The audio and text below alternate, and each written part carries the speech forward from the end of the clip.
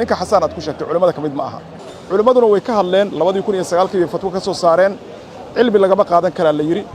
oo culimo ma aha oo waa ciyaala suuq oo waa qof ilaahay ka furtay oo waa qof dhiigga muslimiinta barnaystay waana ka xumahay warbaahintii Soomaaliyeed inay xasaan culimo u taqaano xasaan dadka ummadan laga qabanayo ee dhiig yacabyada ah ee culimada dhiigooda qaba oo Soomaali dhiigeeda qaba oo saraakiisha dhiigeeda qaba oo fatwoonayay dadka kan inay gaala yihiin la laayo la xasuuqo oo aanan xishoonaynin oo maxaa la yiraahdaa kaalixa ah oo wajigiisu harag uu ka dhacay weeyaan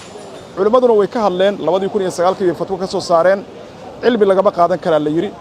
oo culimo ma aha oo waa ciyaala suuq oo waa qof ilaahay ka furtay oo waa qof dhiigga muslimiinta barnaystay oo waa qof ilaahay diintiisa ka been sheego oo culimada qaar ay ku sheegeen harqaan la weeyo oo diintu intuu hadba gobol soo goosto buu gobol kale oo dhinac kale ku yaalo buu isku kaba markaas uu diintu u ekeysiyay sixir u ekeysiyay garanaysa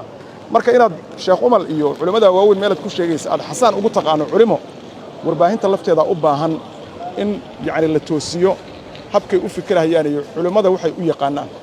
xasaan ninkii dadkan dilahayay weeye oo maalin walba la taagan wax kale aan aqoonin waa gaal sidii Ilaahay u soo dirsaday dadka inuu gaalaysiyo isagoo islaamnimo ka hadlahaya maalin soo heli mayst waa gaal kii waxa suubiya waa gaal kii magaciisiga waa suubiya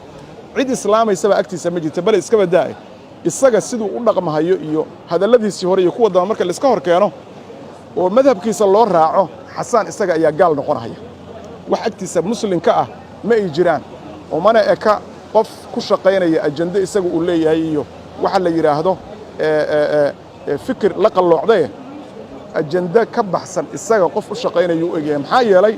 dal shisheeyuu joogaa dawlad gaala abuu la joogaa waxa uu sheegaya raalli lagama aha wama cadaalika culimada kale kii waxaas ku ambaasa amaba diinta si sax ah u sheega waxa dabagelaya sirdoonka wadamadaas lama taabto lama agmaro xoogaa baa la xiraa waa la soo daayaa meeshii si uu ka miisa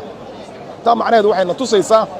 dad noocaasana horey way u soo mareen oo islaamnimada intay shaati u soo gashadeen iyo ummado kale u shaqeynaya kharibay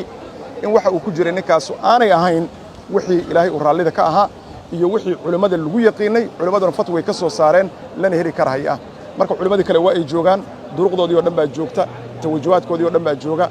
shirkana waa ku midaysan yihiin waxaan rajaynaynaa inuu sanadkan noqdo sanadkii la oran jiray caamul jamaaca sanadkii midnimada oo culimadu dhinac isu raaci lahaayeen waxa kale oo qaali ah oo halka ka bogaadinaya hadalkii madaxweynaha oo ahaa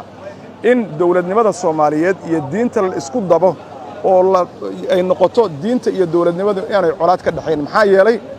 dawladdan annaga iskale diintana tii Ilaahay subhanahu wa ta'ala uu nagu hanuuniyay weeyaan macna loo colaadiyana meesha ma yeelan arrinta madaxweynaha uu ku bogaadinayna madaxweyne kaga horeeyay oo mowqifka soo istaagayna ma aynan arag in lagu garab siiyana waajib sharci ah weeye maxaa dhacay waa waliyul amrigi Soomaali wixii macruuf oo la yimaadana in lagu adeeca Ilaahay ma nafaray subhanahu wa ta'ala wad ma santii